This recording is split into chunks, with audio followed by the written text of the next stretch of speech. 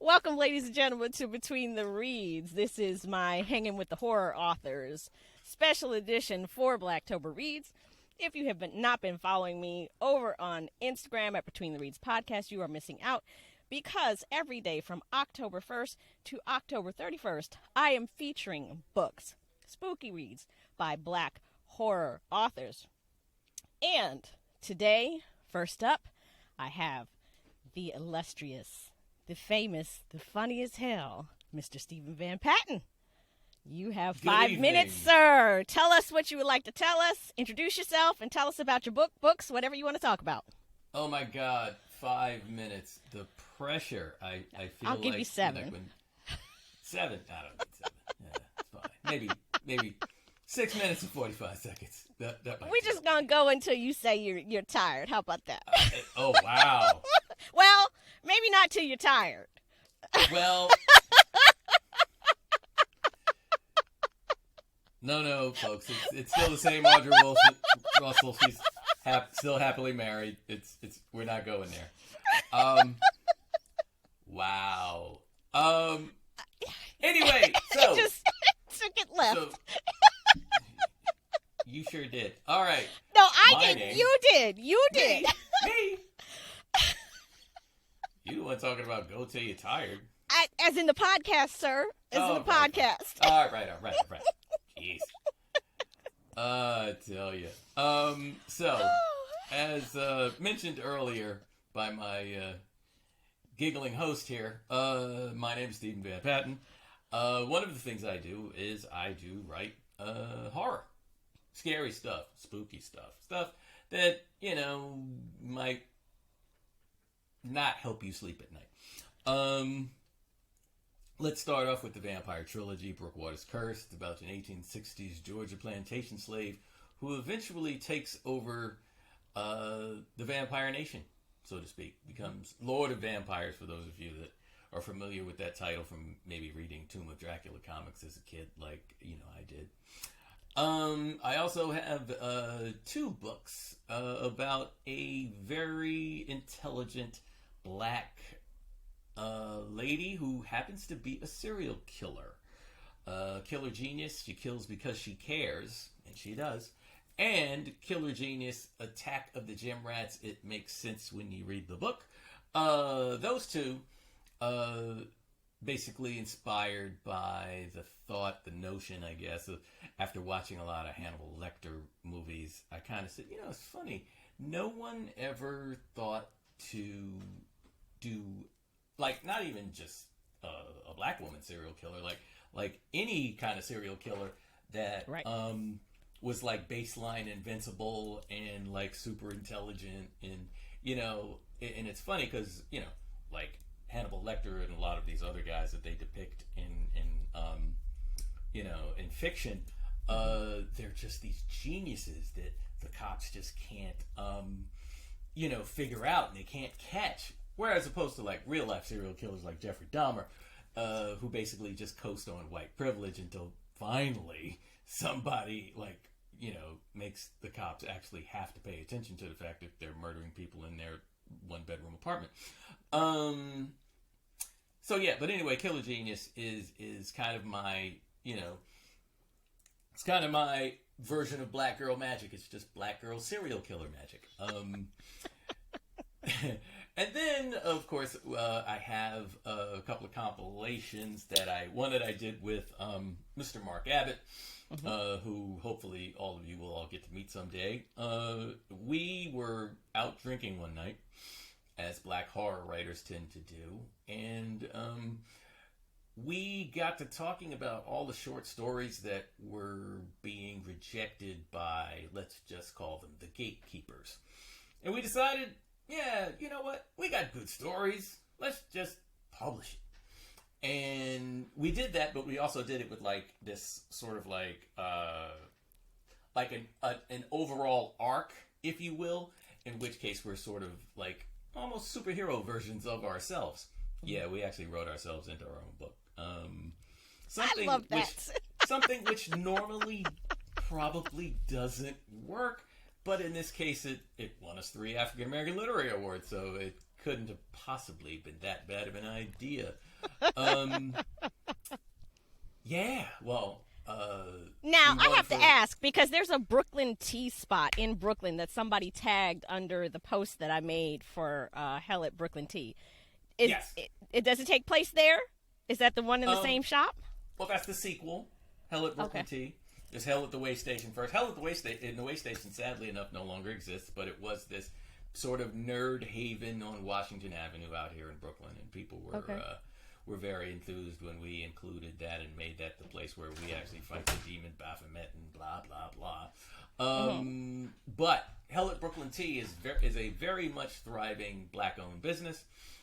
We included the owners, Ali and Jamila, into the story in a very nice, non-offensive or intrusive or really giving away their personal business kind of way. But it is a nice shout out to the spot. They're actually thriving. They're opening like new locations in Brooklyn and in Atlanta, which is great because we were starting to feel a little self conscious when Way Station got closed. Like, wait, what's going on here? Did we do this? Did we do that? Yeah, exactly. And I actually felt bad. And then I never got a chance to steal the clock that they had outside, so I feel a little bad about that too. But anyway, I digress. So yeah, Hell at Brooklyn Tea. We actually dragged in my other good friend Kirk Johnson, who's sort of a sword and sorcery maven. Big shout out to him. He is also part of the Beef, Wine, and Shenanigans team. That's the podcast that myself, Mr. Abbott, Mr. Johnson, and a lovely woman by the name of Denise Tapscott. She joins in all the way from the West Side, and we originally the thought behind the podcast was it was just going to be three middle-aged brothers talking horror, sci-fi, and stuff like that. And then Trump got elected, and then we it kind of started to become like almost like a group therapy thing. Like we still talk our nerd blurred stuff, but then every once in a while we will take a jab at Trump or some other piece of shit like Marjorie Taylor Greene or someone along those lines, because it's just the thing to do. Being a frustrated game show host, I actually came up with something called Name That Racist, where I ask the three of them to name a racist based on not so fun facts that I disclose. It usually leaves them fairly traumatized, but like I said, but you always learn. So I learned a few things. I thought I knew stuff, but I learned a few things listening to your show. Well, yes, I'm good at research. I am good at weeding out, the evil that men do, both fictionally and non-fictionally, as it turns out. So yeah, let's see. What do we got? We've got. You're also in Slay, right? I am in Slay. I contributed a story called The Retiree.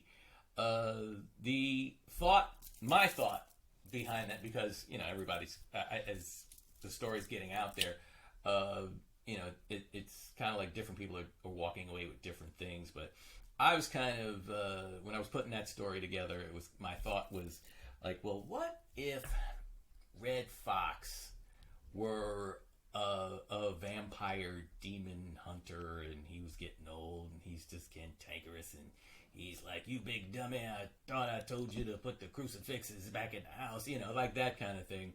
Yes. It's a great story. So that was, thank you. But that was kind of the process behind, he doesn't call anybody a big dummy. That would be too on the nose. Right. But it's very much that vibe, and it ends in a very bittersweet kind of way, I want to say. Yeah, I got some pretty good reviews behind that. And also this latest compilation that I bought. Forgive me for not remembering the title. Was that Even in the Grave? Yes, you go. Yes, Even in the Grave, yes. My contribution to that is something called The Blind Spot. People tend to love the first line of that one, which is literally, I took my stepfather's eye when I was 10 years old. And then the rest of the story just kind of unfolds in a very nice, but Creepy. not so pleasant. It is kind of a it's kind of a screwed up little tale there. I myself did not actually take my stepfather's eye, but sometimes I wish I had. See, this is why I'm always giggling when I have you on the show. Yeah, that's a real horror story. My stepfather. Oh boy. But we're not gonna go there because you're not. It's not like you're paid to be my therapist or something. So tell us, did the horror genre choose you, or did you choose it? I think it was. At first, it was a mutual thing. I was. As a kid, I was kind of like a latchkey kid. And when you're a little smarter than all your classmates and you're getting picked on and all that other stuff, you kind of lean into the escapism early. At least I sure did. Mm-hmm. So I found horror, science fiction. I found all of it. And then, of course, as I got older and a little more like socially aware and like just observant of things, I realized that people of color, especially black folks, we kind of end up being caricatures and not actual developed characters in a lot of these things. And that actually made me lean more into things like Blackula and Blackula Scream, which of course don't stand up now visually to our sophisticated CGI world of 2022. Right. But just the fact that you had this black Shakespearean trained actor playing a vampire and of course with the fangs and makeup and all that other stuff, but then the actual words that were coming out of his mouth were very full of austerity and dignity and everything like that. So that my needle was always kind of like stuck on that. And then the couple of times that as I read Stephen King novels, that he seemed to try to incorporate black characters and at least give us some kind of something, and then of course Stanley Kubrick's use of Scatman Crothers in The Shining was a dramatic thing. So that was so it was like it wasn't me and horror. It's not like we saw each other from across a crowded room and it was like an immediate thing. It's more like a When Harry Met Sally thing, only I'm the one. Okay. I'm the only thing is I'm Meg Ryan in Cat's Deli pretending I'm having an orgasm. That's really, I want to say that's the thing right there, So do you remember, before you wrote your first novel, do you remember like writing a story? Do you have a your first story? Do you remember writing it and what it was about? Oh yeah, and it was one of those things where, because like I said, I was kind of a kid that was kind of marching to his own drum, and I remember in 5th grade I got a writing assignment, and it was only supposed to be like a couple of pages or whatever, but then I basically wrote this story where a lot of the kids in my class got killed. And why I didn't end up in like some kind of like psychiatric situation behind that is kind of beyond me. I think the teacher was like, he's not going to do anything, and he's just being creative. But I remember my classmates were like, because he was like letting them see parts of it, and they were like, wait, you wrote a story where I die? And I'm like, oh yeah, you're kind of a jerk, so yeah, that's kind of what I do. I and that's I actually kill people in stories who bother me. That's right, and that's been my MO now for years. And you won't always know it's you unless you're really paying attention. That's what I've realized. Okay. Unless you really, really know me, because my mother busted me when she was reading Killer Genius. I went to visit her one day, and she was like midway through, and she turned and she was like, "Is this so and so?" And I'm not going to say the name because I'm not trying to open up myself to litigation. But just the fact that my mother pulled that out of the ether was kind of like, damn it, okay. Well, hell, I didn't get that one quite right. Well, no.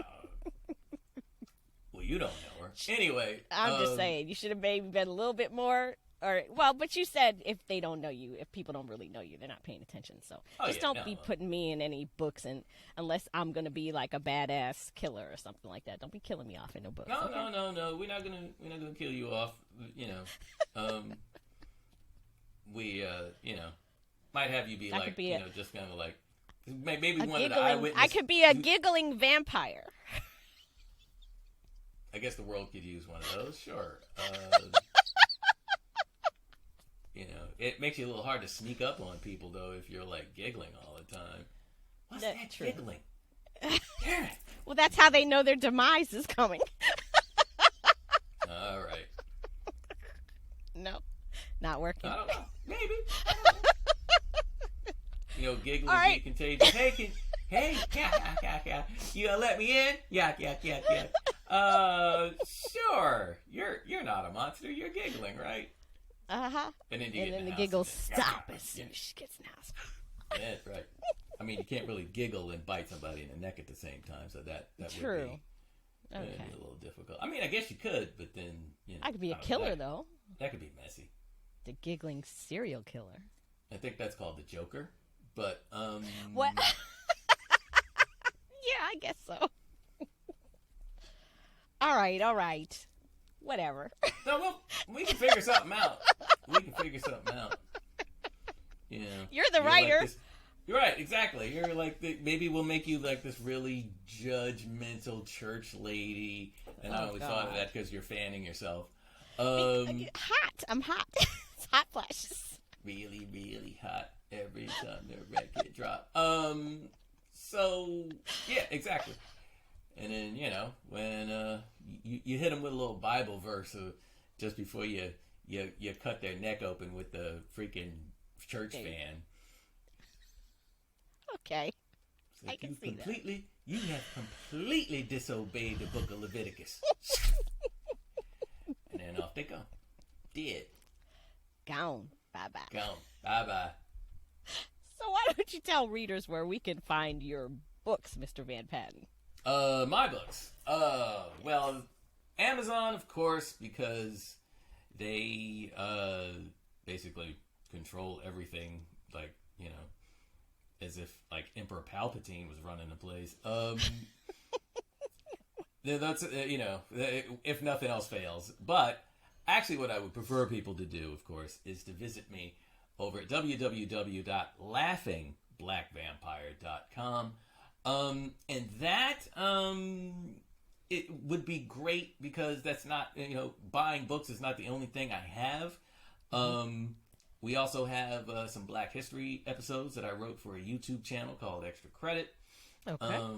We have some other little random snippets of my life, including some short films I've been in, worked on, pictures of me, quote unquote, doing my thing, as we say in the streets. It's a fun little website to just kind of like spend like a good 6 hours on. Okay. Oh yeah, by the time you finish watching all the Extra Credit videos, which is free, totally free, just like YouTube stuff. It's kind of like like an old cartoon that was produced by a guy we don't like to talk about anymore. It's like you might have some fun and learn something before it's done. So, okay. Yeah, and then you can buy some stuff. Okay. And then where can we find you on social media, sir? Oh, that's so much easier. So on Facebook, you can find me by using what the kids would refer to as the government name, Stephen Van Patten. And Twitter and Instagram, I am at SVP Thinks, because I do. And that's those are the broad strokes. All right. So there you have it, ladies and gentlemen. Mr. Stephen Van Patten, excellent horror writer and also funny guy, and he mixes that humor in those in those books as well. So thank you, sir, for being the first up. Well, thank you for having me. Yes. Oh, absolutely. As always, it is lovely to see my favorite book connoisseur. Oh, thank you. Thank you. All right, ladies and gentlemen, and up next we have Marc L. Abbott. So stay tuned. Up next we have Mr. Marc Abbott, who is a horror author, and he is here on Between the Reads podcast as part of the horror compilation to talk to us for about 10 minutes about him and his book or books. So, Marc, I'll let you take it away and go ahead and introduce yourself and speak about whatever it is you want to promote. Okay. Good evening, everybody. My name is Marc Abbott. I am a horror author out of Brooklyn, New York. I have loved horror since I was a child, since it was introduced to me by my dad. And I don't know if I can say that from the first time I ever saw horror, I thought I would be writing it.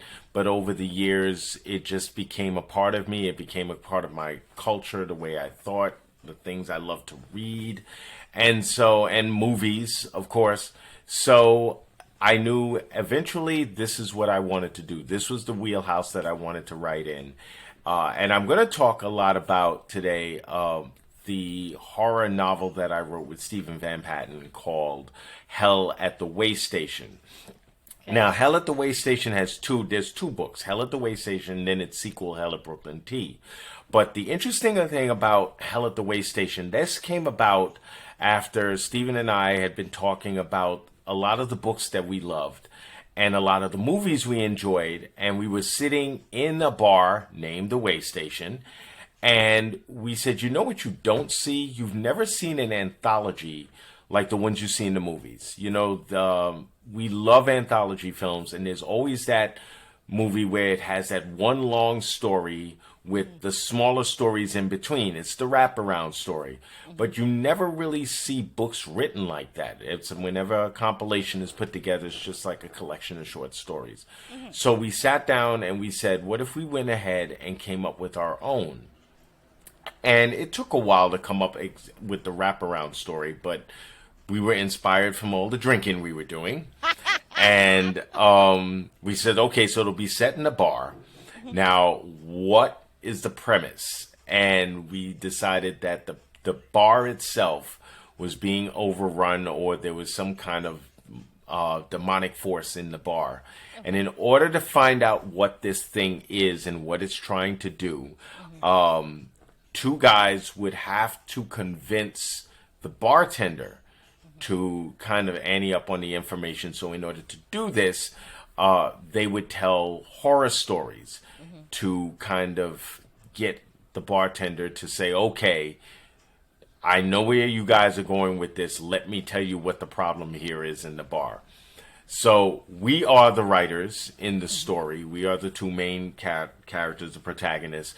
And we sat down and we came up with some horror stories that were very, very interesting, to say the least. I am a person who I love horror when it's nature, when nature is at its most critical. And so you'll get stories. Each one of us had a different type of story to tell. We each had a ghost story we told. I did a story about some friends who have a bad run-in with a Australian funnel web spider. So if you have a phobia of spiders, you definitely want to read that story. One of the more popular stories in the book that I've written has to do with a town overrun by yams. Yeah, that seems to be the one that everybody is upset about.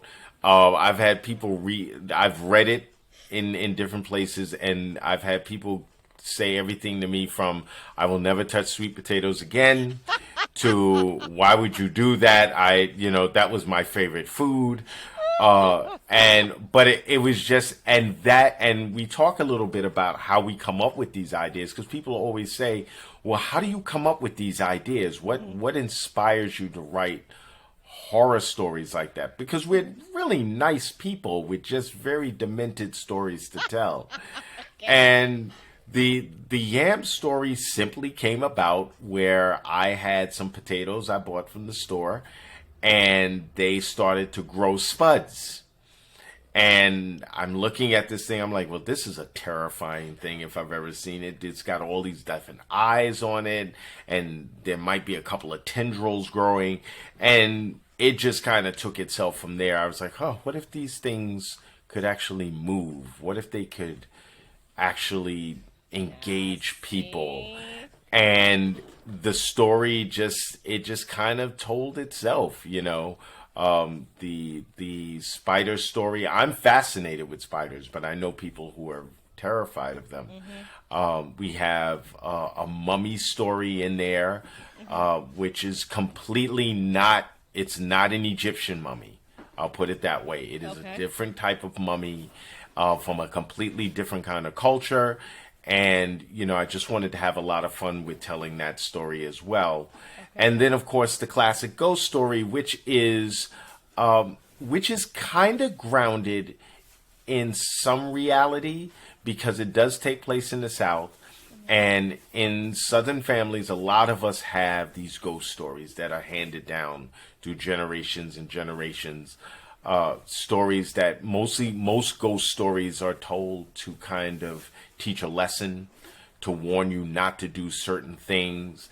And that's exactly where this ghost story comes from. It comes from growing up hearing certain tales from aunts and uncles, and then just kind of putting a very dark tone to it.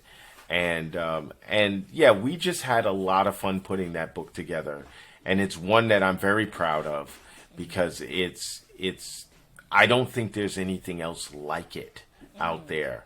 And I think people who love anthologies will really enjoy this because it's not the typical crop of stories and I have to pick a favorite. It, you know, the story that wraps everything together is extremely dark, as well as entertaining, and you do become kind of, you know, invested in these two guys who happen to be us, telling these stories and the trouble that we're about to get into in that one. And then Hell at Brooklyn T is just the follow-up, which takes place several hours after the first book ends. And in that one, we decided to ground our stories more in things like gentrification, community, you know, how things, you know, how a community has built up over the years, and then as it kind of deteriorates, you get a new crop of people who move in who have no interest in exactly the history of what's going on in that neighborhood. They would prefer, you know, no, we're here now, we're going to kind of build our own stories. But there are stories that just kind of creep themselves in, you know, and no matter who you are and you're going to try to ignore it, you just can't, the stories are just going to tell themselves. So one of the stories in that anthology that I truly enjoyed writing has to do with a golem. And it is an old Jewish man and an elderly African American man who live in this building who have a threat set upon the both of them, and they now have to come together. These are two people who traditionally would have never, don't even speak to each other, but this one common threat brings them both together, and they use this opportunity to unleash this thing against those who are trying to pretty much throw them out of their dwellings where they live. And it's more of an urban horror. It's more of an urban type fantasy type story, but it does play with a lot of what's going on, particularly here in Brooklyn how we're living now. Okay. So and that's kind of the crucial backbone to telling a good horror story, is you're trying to get the readers invested in what you're talking about. And I approach horror just like any other type of story I would approach. It is a means to an end. It's a genre that thrives on what is happening now. Okay. How gentrification is something that's going on now. If you go back and you look at, I think about when George Romero did the first Dawn of the Dead film, the original Dawn of the Dead film, and he says it's all about commercialism. Where did the zombies go when they died? They went to the mall. And back then the mall was the place to go. It was they kind of gravitate to this particular place. We have movies like Friday. I'm old school, so I love my Friday the 13th. I love my Nightmare on Elm Streets, Halloween. But they all are grounded in something that we internally fear. We don't want to be caught out in the woods late at night. Nightmares that you can't wake up from. That insomnia, real cases, things of that nature. Right. So we drew a lot from the stories that we loved, but we also wanted to make these kind of fresh and original for people to enjoy. And as a side note, because both of us will often talk about the one that we wrote, that we love, and Stephen has a story in there, and the name is escaping me right now, but I can tell you, it's Jim Crow. I think, what is it? Jim Crow 2024. Okay. Absolutely terrifying story. Okay. And not in the sense of, because of the way the political climate is going these days. It's a very, very dark look into a future that could be. And I told him it took me a couple of days after I read that story to actually get my mind right, because it haunted me so. That's a testament to, I think he was very disturbed with the yams as well. I don't know what it was. I just had some yams for dinner. And I have both of these books on my Kindle, so I'm just like, well, I might wait till this weekend. End up having some kind of nightmare.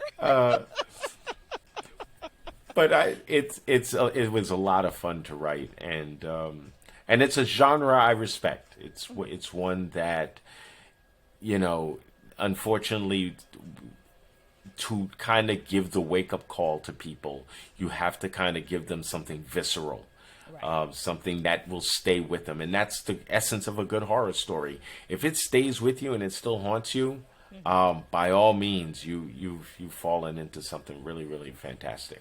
Absolutely. Now, question, why did you two decide to put yourselves into the book and not just have some fictional characters? You know what? I think too much tequila. And to be honest, I don't even think I don't know if there was ever a discussion about us not being in the book. I think as we talked about the story and the wraparound story and everything, we were just talking about from our point of view, how it would affect us. Okay. And I think at the end, I think originally what we did, we kind of put Marc and Steven sort of as place cards. Like we know which characters we're talking about. And then it just became like, well, why don't we just keep ourselves in the story? Mm-hmm. I mean, why not? If this is going to be something different, let's be different all the way around. Mm-hmm.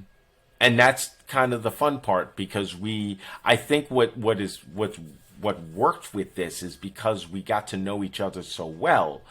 when it was our turn, like I wrote the initial skeleton of the wraparound story, and then Steven would read it and he goes, okay, this is something I wouldn't do, so I'm gonna fix it and put in there something that I would do. So it kind of it fleshed itself out in a way that I guess we didn't want to have to worry about creating characters that we now had to try to come up with this full backstory about, and it worked. I mean, I don't think I've ever heard anybody come back and just say, I mean, people have read it and they don't say you too. They always say, well, Mark and Steven, I don't understand why, and we kind of, I think that was just the idea of putting us in the story. Okay. And so what does being a Black horror writer mean to you? It's an important it's important to me to be a part of this genre. I remember watching what was it on Shudder? There was a black horror noir. Yes, I have the book. And it stated at the beginning, Black people have always loved horror, but horror hasn't always loved us. Right. And I mean, long before I even heard that statement, it's just been a genre that I felt we were never really truly represented in. Particularly the visual medium. You would always, I mean, we used to joke about it a lot growing up. It's like, oh, you see the brother, he don't make it. We had already canceled him out before the movie started, and it was just like, oh, there's a brother. Yeah, he don't make it. He ain't get to the end of this movie. And but we were never doing anything that would put us in a position that we shouldn't survive. So I was always bothered by the fact that we don't make it to the end. Right. Even when I first saw Night of the Living Dead, which I had no idea there was the main character was a black man. I'm watching this movie and we get to the end and I was like, well, I'll be dog. And then boom, that's the end of him. And I was like, great, here we go. Still didn't make it. I say he still didn't make it after everything that went on in this movie. Right. And it just, to me, we have so many great horror stories to tell, and we love the genre. We absolutely. You go to the movies on opening night when we were a teenager. There were Black people in the movie theater at a horror film. Growing up, my parents loved, well, to a degree, they liked horror. I guess they liked it like we do. Growing up. And then they got to a point where my father, he was just like, nah, I'm not doing this no more. The movies progressively got more violent, as opposed to, and the visuals became more gory and things of that nature. So I think at a certain point, you just say, you know what, I love a good horror story. I love a good scare. And I think we just have a voice and we have really great stories to tell, and we just need that opportunity to tell them. And to be honest, I've always said I never wanted to look at myself as an African American writer. I just wanted to be a horror writer. My characters, many of my characters happen to be Black. Many of my characters we don't know what they are. I never say. Sometimes people just assume, oh, well, they have to be Black because you wrote them. Well, no, not necessarily. They don't, that's kind of, I don't really harp and waste a lot of time saying, describing skin color and things of that nature. And oftentimes in my mind, I've written stories where there are no Black people in it. But the story, nobody cares. I think at the end of the day, we want a good story. We want something that we can be proud of. And as an African American writer, we want to tell those stories. and we want people to appreciate them. And horror is a very it's a wheelhouse everybody seems to love. Not everybody likes to admit they love it, but it is something that I think universally we can kind of come together and share that experience with each other. Okay. And so tell readers where we can find your books. Well, you can find them at my website. It's www.whoismarklabbott.com. I have other books on there that are not horror. I did a young adult novel years ago. I also have a children's book on there. But horror is my wheelhouse. But you can find my books there, my short films. All of my stuff is on the website, so you can find it over there. And that's Marc with a C. Marc with a C, yes. Yes, and if there's two B's, it's ABBOTT. O-T-T, yes. Yes. Mm-hmm. And then tell us where we can find you on social media and the internet. Well, you can find me on Facebook at Who is Marc L. Abbott. I am also on Twitter under the same handle. And I am also on Instagram at Who is MLA. Okay. And mostly there you will see where I will be doing live readings and performances of that nature. Wonderful. Well, I want to thank you so much for being a part of my horror compilation for Blacktober Reads. Okay, thanks for having me. Marc L. Abbott, get his books. Yeah.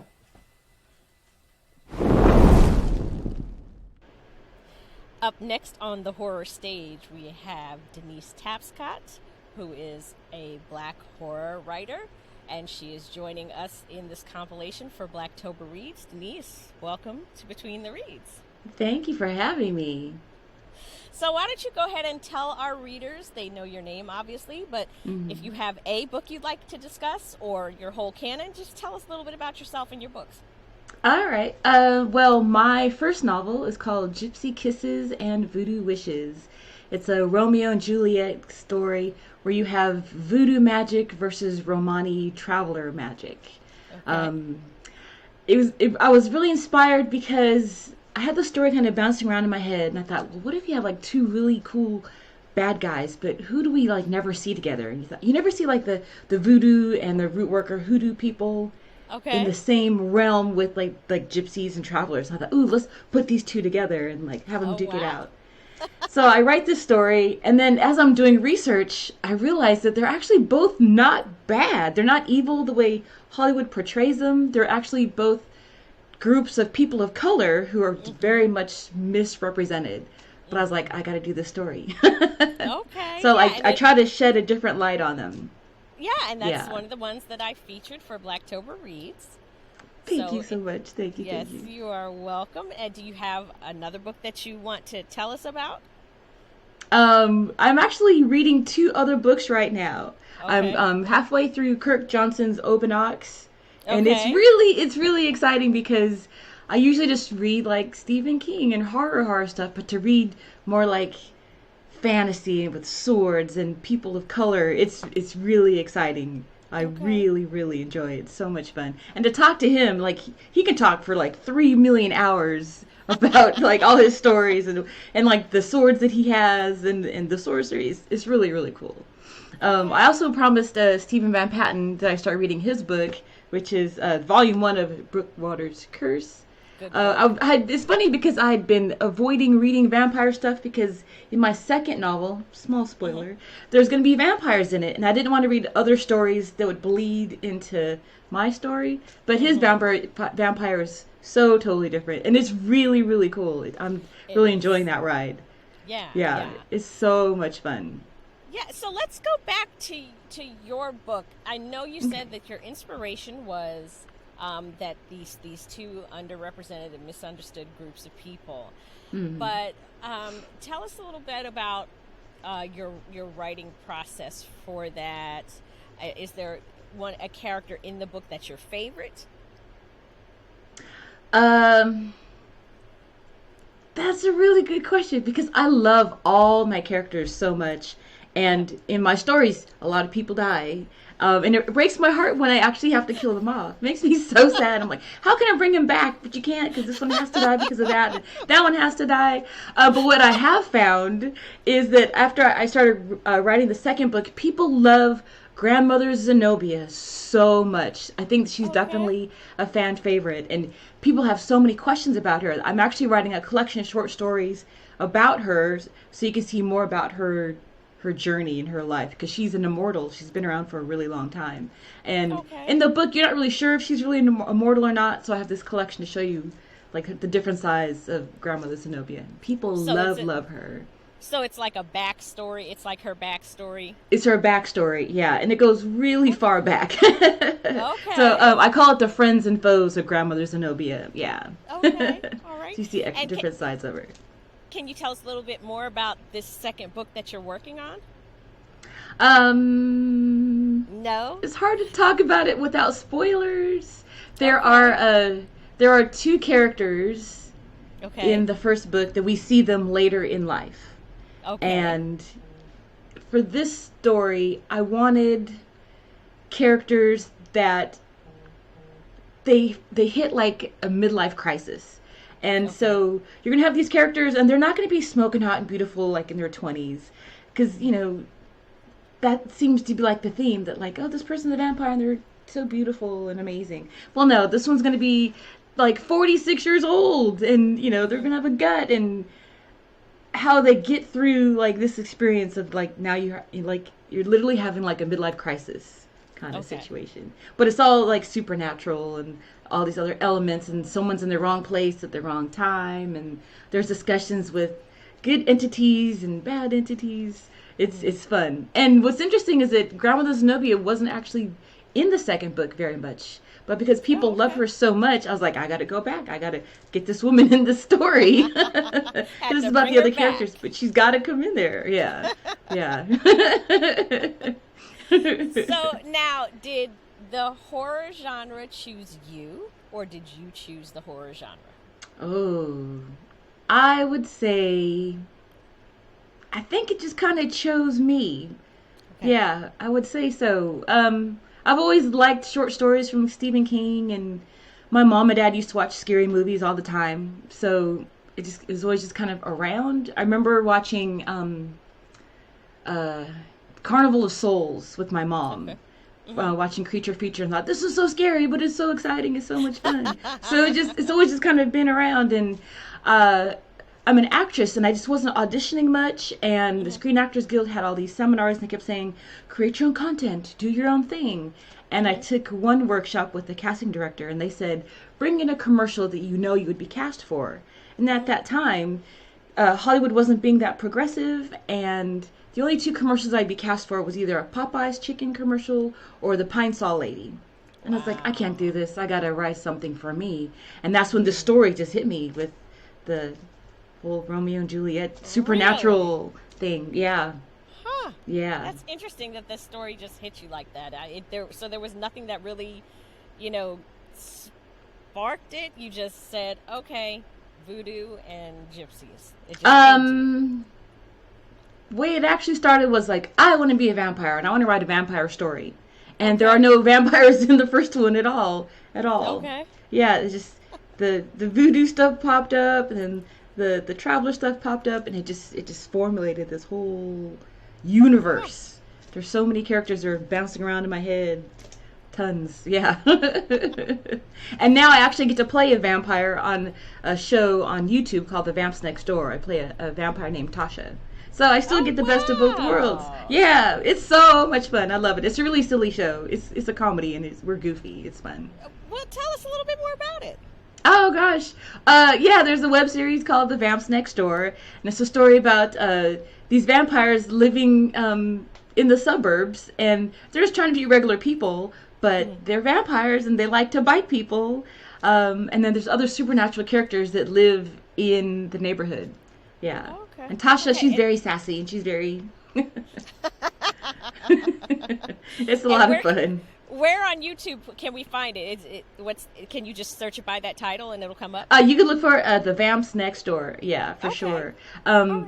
My kind of debut episode is called Tasha's Revenge. So if you look for Tasha's Revenge, you'll see where my character actually comes to be. Yeah. Okay. Now, tell us about, how do you feel about the importance of Black writers being in the horror genre?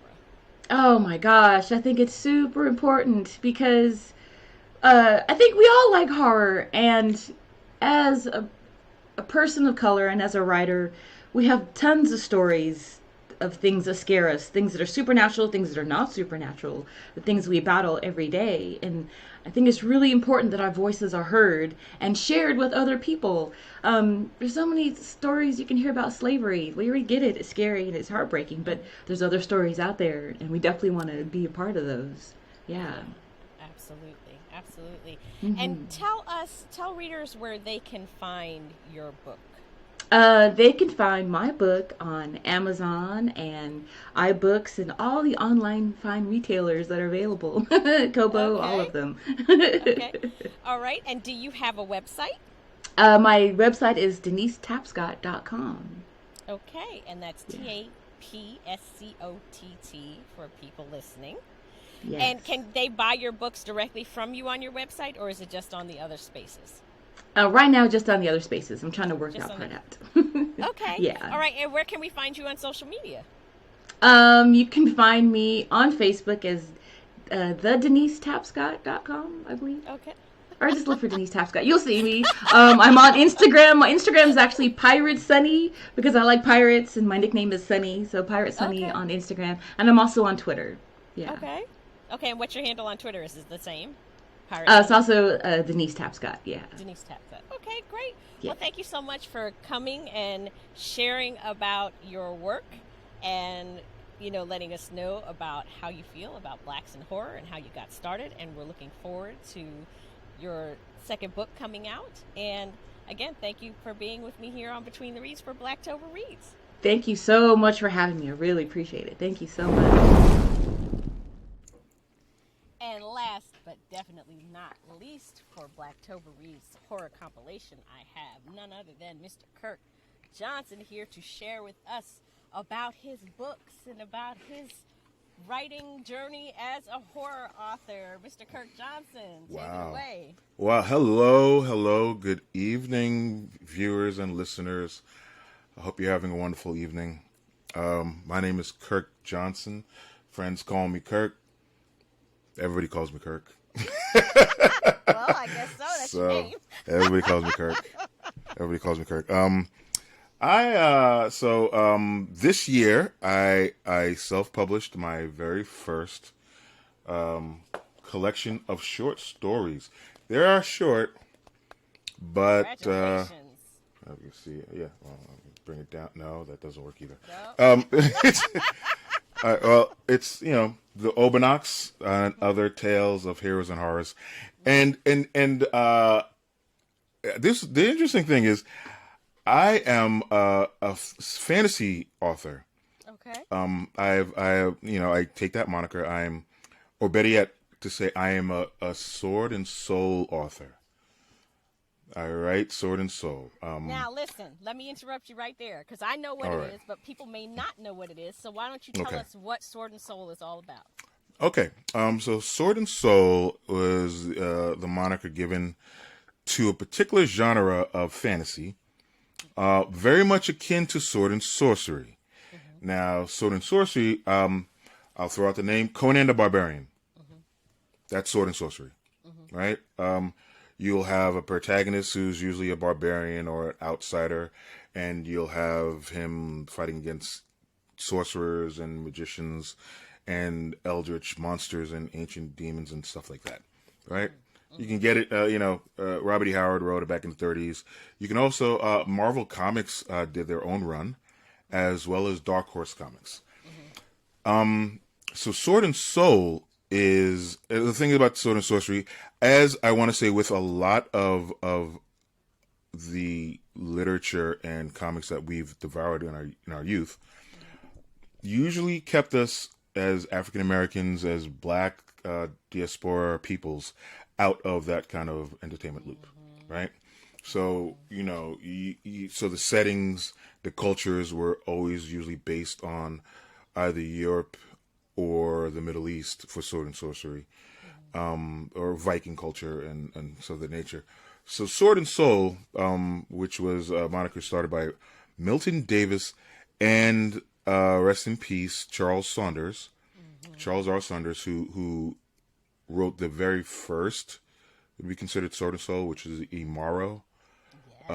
He has a collection. There's a collection of Amaro's books out there. If I remember, there's 4 books actually.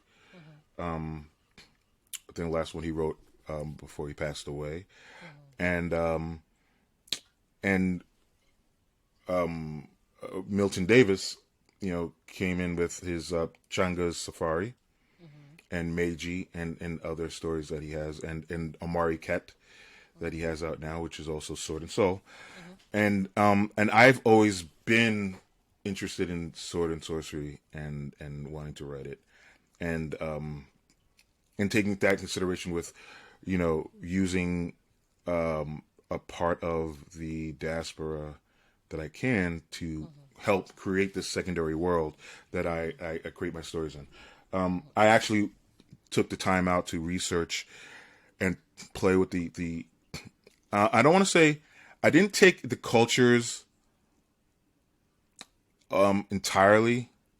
I used a lot of the languages and the language groups. I divided them. I created the cultures around the language groups and their environments at the time for the Almanac. So there's some words that people. I have a glossary in the back for you guys, so don't fret. But a lot of it is from Wolof, which is Senegal, the Malinke, the Mandinka, and some Serer, and and a little bit of my own little best I can world building, language building, to create this world for the Albinox. So yeah, that's how I started writing these stories, and it just so happened that all 4 of those stories have an element of cosmic horror involved. So of the 3 of us, between myself, Marc Abbott, Stephen Van Patten, and Denise Tapscott, I am the guy who does mostly in cosmic horror and the weird horror that is such a part of my being at this point. So now you said you write fantasy, but you dipped your toes into Sword and Soul. Now what? Oh, I'm in Sword and Soul. Yeah, I'm black, so yeah. Yeah, well, right. So, but what caused the shift? What made you decide? Okay, I'm gonna write some horror. I have always been a fan. I'm not gonna curse, but the most like screwed up thing about being an African American fanboy is that the cats that you look up to were of the 30s and 40s and racist as hell. Right? I mean, you look, we can't even look up to W.D.B. Griffith for as because he's considered like the innovator of filmmaking. Oh, you and mean D.W. Griffith. Yeah, okay. Yeah. I'm sorry, D.W. Griffith. I'm sorry, yeah, D.W. Griffith. The filmmaking, and of course his magnum opus is A Birth of a Nation. and they're like, really, really, this is why. You know what I mean? You so looking at I always was into H.P. Lovecraft, his stories, and another racist, but exactly to him writer. Yeah, but another one with Robert E. Howard, who is the creator of Conan. So can't really escape it, and you got to kind of come to terms with, these cats. Screw them. I'm a fornicate on their grave, shit like that, and still write, and still do my gotta do. Right. You know, stuff like that, because Right. you know, you love their work, but you can't love the people. Right. But I dipped my toes into horror because of that guy, and I will say because of one other gentleman who is not POS racist. A gentleman named Laird Barron, who's an author of nowadays an author of our present, and he's written some work that that is totally, you know, it I want to say it sparked my imagination in what is possible and available to me. Right? I never thought of the idea of mixing weird horror and blaxploitation. Right? Okay. So we know Abby, we know Blackula, right? We know The Thing with Two Heads, those great movies. But the idea of a cosmic existential dread kind of, you know what I mean? Like, imagine The Thing in a warehouse in Watts.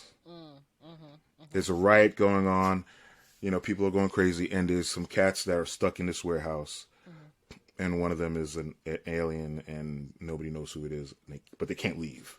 Right. Because they're going to get shot by the cops. Right? Wow. But they can't stay because there's an alien in that is looking to assimilate and devour them. Right. So what do? You know what I mean? Those kind of ideas. Right. So you know, I like to play with my urban Brooklyn background and the cosmic horror, the weird, the strange involved with that. And to go back, that's what I did with my characters. Many of the characters in my in the Obanox are hustlers, outsiders, con artists. There's at least 2 stories where there are actually like big time gang mafioso bosses, for lack of a better term. Okay. Like big bosses, but I set it in an ancient world, and what would an ancient world boss be like? Okay. What would they be doing? What are they selling? What kind of contraband are they dealing with? You know, and I play with that, and I'm very happy with how it turned out, actually. So tell us about that title. How did you come up with that, the Obanox? So when I was doing research for languages, Wolof really struck me as something that was so, no offense, but very alien to me. And I played with like how they use their how the vowels are constructed, how the consonants are used, the kind of sound and phonetics that resonate within the language, and I played with that, and I really, that's how I came up with the name. I was like Oba. I thought of Oba from the ancient king of Benin, I think it is, or the Yoruba king, the Oba. And I just added the N double A and the X to it. Okay. So, and that's how I created the word. Okay. And that's really how some of the names are actually created that way. Many of the names are created that way. Many of the some things like I got this one beast of burden. It's called a gugoon. A gugoon. Ah. Gugoon. So it's not real, but a gugoon. So but I always notice that when you it's the same 3 letters followed by the same 3 letters again. Okay. With a little different thing, with a ending consonant, but it still kind of sounds. But they look the same. But the way you say it has to, flows differently. Like gugoon. Gugoon. Gugoon. Yeah. So so I just played with it. That's all. All right. Now, a little trivia question for you. You talked Yes, about ma'am. people like D.W. Griffith, who's basically the pioneer film. Now, do you know who Spencer Williams is? Yes, and wait a minute, you had it on Instagram. I did. I want to say the curse of Igogi. No, Igogi. the son of, I think The it's son of Ingagi. Ingagi. Ingagi, Ingagi. Yes. Yes. Yes. Yeah. Yes, the first And sci-fi horror film with an all-black cast. Yes. And he came after the first independent filmmaker, Oscar black Michaud. independent filmmaker. That's still got, yes. Yeah. Yep, Okay. Oscar Michaud. Yeah. He's a pioneer of black film. Yeah, We just have to. But the thing we is, need to have a people know symposium. Spencer Williams. They know him as Andy from the Right. Andy TV show. Yes. Yeah. Wow. Yeah. Yeah. People don't realize that he Don't wrote the realize. first black sci-fi horror film. So See. we're out there. Yeah, we're out there. We ain't got to do nothing with D.W. Griffith and his We don't. sorry ass. We don't. You're right. You know what? We don't. It's kind of like, Don't. set up our own kind of like symposium of Spencer Williams and the things he was willing and able to do. Man, yeah, that must be something though, because, I can only imagine the money that he had to try to to generate the funds, the investment funds he had to get to just keep going like that and not have, and it's Black people went through, because I did my thesis in college on blacks in film from 1920 to 1979. So I read and watched all these movies, because anything I put in my thesis I had to watch. Right. So, it was just very interesting to read about how many of those actors from the 20s forward were plagued with drug addiction and depression, because they would take these stereotypical roles because that's all that they were offered. And if they chose to try and protest, they were blacklisted, so they couldn't work in Hollywood anymore. But most times, the black people in Hollywood at that time were making $4 or $5 a week. Versus the white actors and actresses who were making $400 to $700 a week. Yeah. So very interesting. So, did you choose horror, or did horror choose you? Oh wow. I want to say I chose horror. Okay. I'm not. When I was younger, I wasn't into horror. Okay. I was into sword and sandal adventure movies, and so I used to watch Hercules, Jason and the Argonauts, Sinbad. So I was that guy. Okay. You know what I mean? When Cats was out buying, Spider-Man and X-Men comics, I'm buying like Warlord, Conan, and RX Son of Thunder. So, that was my thing, and I think the horror came when I saw that. I'm gonna say there was a movie. What movie? I want to say it was A Thing. Okay. Right. So it wasn't. Nightmare on Elm Street. It wasn't Jason. So it wasn't the slasher movies of those time. Of the time, it was. I want to say it was The Thing. In '81, because after I watched, Clash of the Titans that came out that same year, or the year after, and Conan the Barbarian I'm watching, and then I saw The Thing, and it gripped me, and it held my interest, and I wasn't. It was a suspense thrill for me, and then the animatronics, the gore that came about, it became, it was something else to that. Okay. It was more than just some dude in a suit with a knife just stabbing at people, Right. or chasing a bunch of teenagers. You know what I mean? These are grown-ass men. All right? Like, there's a barrel of grown-ass men in this place, and they scared. Right. Right? And they scared. Right. And they don't know how to fight this thing. And I think the other part is The Thing is a horror, but it's also, I think of it as a mashup. And I like mashups. Okay. Right? It's not just, it's a horror, it's a cosmic horror, it's action, it's a suspense. right? And it takes place suspense, right? And it takes place in some place that I've never heard or known about. Okay. Out in this Arctic, in the desolation of present day world, there is somewhere that is desolate and bereft of life.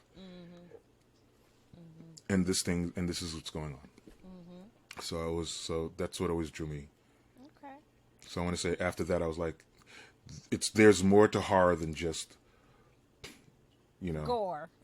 Gore, or better yet, or even like, because I've seen Blackula and Frankenstein and werewolves, and those never really gripped me the same way as that did. I've seen Godzilla.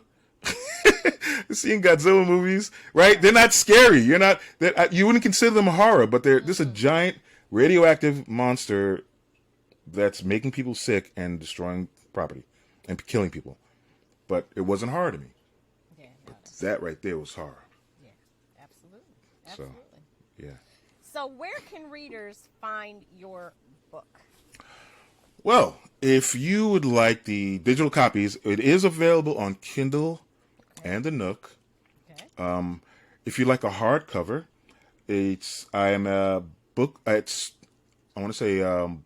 Book Baby. Okay. Or store.bookbaby.com. Okay. Right? Book Baby is where actually the publishing service I used. Okay. Because I first started my LLC, Farfield Press. Okay.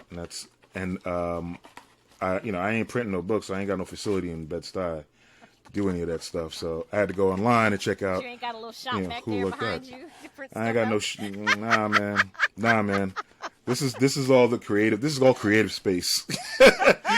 This is where the work comes in of the writing and the editing and the molding and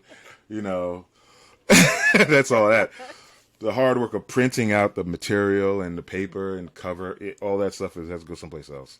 Okay. So, Book Baby was the publishing service, printing service that I use. They're pretty well known, and I like their ease of use. It's easy to find out, how much this will cost, what I need, formatting, cover art. I can put my own cover art in. Cool. I can do my own formatting. That'll take some money off. So it helped. That helped a lot. All right. Oh, that's my. That's Farfield Press. There you go. All right. I don't know if you can see that. Yeah, That's that. my baby, Farfield Press. All right. And that's the big evil eye there, or the Okay. not eye. It's just the star eye. Actually, it's the star in the sky that must always watch over us. All right. Whether it's good or evil, that's debatable. And tell our readers where we can find you on social media. Oh, look at that cup. Happy Halloween, ladies and gentlemen. Yes. Yeah, My that's goodness. my. Is that octopus leg coming out of there? A tentacle? It might be. It looks like it. Here's how you can play with it. It can be a skull of a drowned pirate with a octopus living inside it, or it can be the skull of a buried giant with eldritch demon wrapping its tentacles around it to finish off the bones. Okay, y'all. I'm just saying. All right, now back to the original. Tell readers where we can find you on social media. On Facebook, you can find me at Kirk A. Johnson. You can also, please feel to come by, join the group. I am the moderator at the State of Black Science Fiction NYC, as well as to Lands Far Field. Okay. That's also the group. So Lands Far Field, we chop it up a little bit and and promote sword and sorcery and fantasy, and stuff of that nature. And then State of Black Science Fiction NYC is the sister group of Milton Davis's State of Black Science Fiction. Okay. We're kind of like the New York chapter, for lack of a better term. So you can always find me there. Okay. Kirk A. Johnson. Instagram, Farfield Press. Okay. You can find me there, or you can find me at Kirk A. Johnson. My Twitter handle is at Farfield Press. It's Farfield Press. My Twitter handle is Farfield Press. But yeah, but you're more willing to catch me on Instagram or Facebook. Yeah, Twitter got a lot of. Twitter's confusing to me. They got too much chatter sometimes. Like, man, what you talking about, man? Show me pictures. Right. I'm writing something. I need some, I want some inspiration. I'm writing some stuff. Just show me some pictures, man. Right. I ain't trying to get into a debate. I don't like debating with people on online. Nah, that's that. You got a whole bunch of folks that are those what do you call them? Those armchair warriors. Yeah, you real brave behind the screen. I'm saying, forgive my language. That's some bullshit, man. If you're gonna come at me, then step to me face to face. Because if we're gonna go, we're gonna go. Right. Yeah. Right. You know what I mean? Exactly. We can do the words. Yep. Or we can do the skin on skin. But don't. Nah, I ain't trying to have a debate with you online. Nah. Come check you in the Adirondacks. Where you going, Kirk? I'm going to Adirondacks. Why? Man, some fool wanted to fucking call me out on my drip. Like, come on, man. You in the Adirondacks. Man, nah. Hell, I ain't trying to hear that. Go rent myself a zip car and go out there. Come on, money. Yeah, exactly. Come on, Grip. Right? You want to be hot up in the Appalachians? Come on, Grip. What's up, money? What's up? See, my Jersey girl coming out. What's up, money? There you go. Yeah. Wait, what part of Jersey you in? Oh, I'm in Maryland now, but I grew up in East Brunswick. Oh, yeah? Suburbs, yeah. Oh, I used to live in Newark. Oh, okay. Yeah. You was in the city. I was in the suburbs. I was a suburb girl. You a suburb girl? In the mean streets of East Brunswick. That's all right, because I'm seeing your flex right now on your show, and so you good? I'm good. You good. You good. All right, sir. Well, thank you so much for being here with me for Blacktober Reads. It was a pleasure. It was a pleasure. Good. I'm glad. And Yeah. I hope everybody will look up Kirk Johnson on Facebook, on Instagram, on the internet, and get his book. Hold that book up for us one more time. Yes, The yeah. Obanox. Ladies and gentlemen, look, it's the Obanox, Tales of Heroes and Horrors. Guys, come please. We need more black folks reading and checking out some other forms of fantasy. Yes. You know what I mean? Tolkien's dead and he don't need your money. Right? I'm saying, right? I'm just saying. If y'all been paying attention, the Obanox was featured for Blacktober Reads. So yes, it was. Check it out. Oh, great animation, by the way. Thank you very much. I saw that. I was like, oh my goodness. I was on Instagram and I was like trying to put up videos, so I had like music playing in the background. I got like fail and stuff. And then I saw yours, I was like this.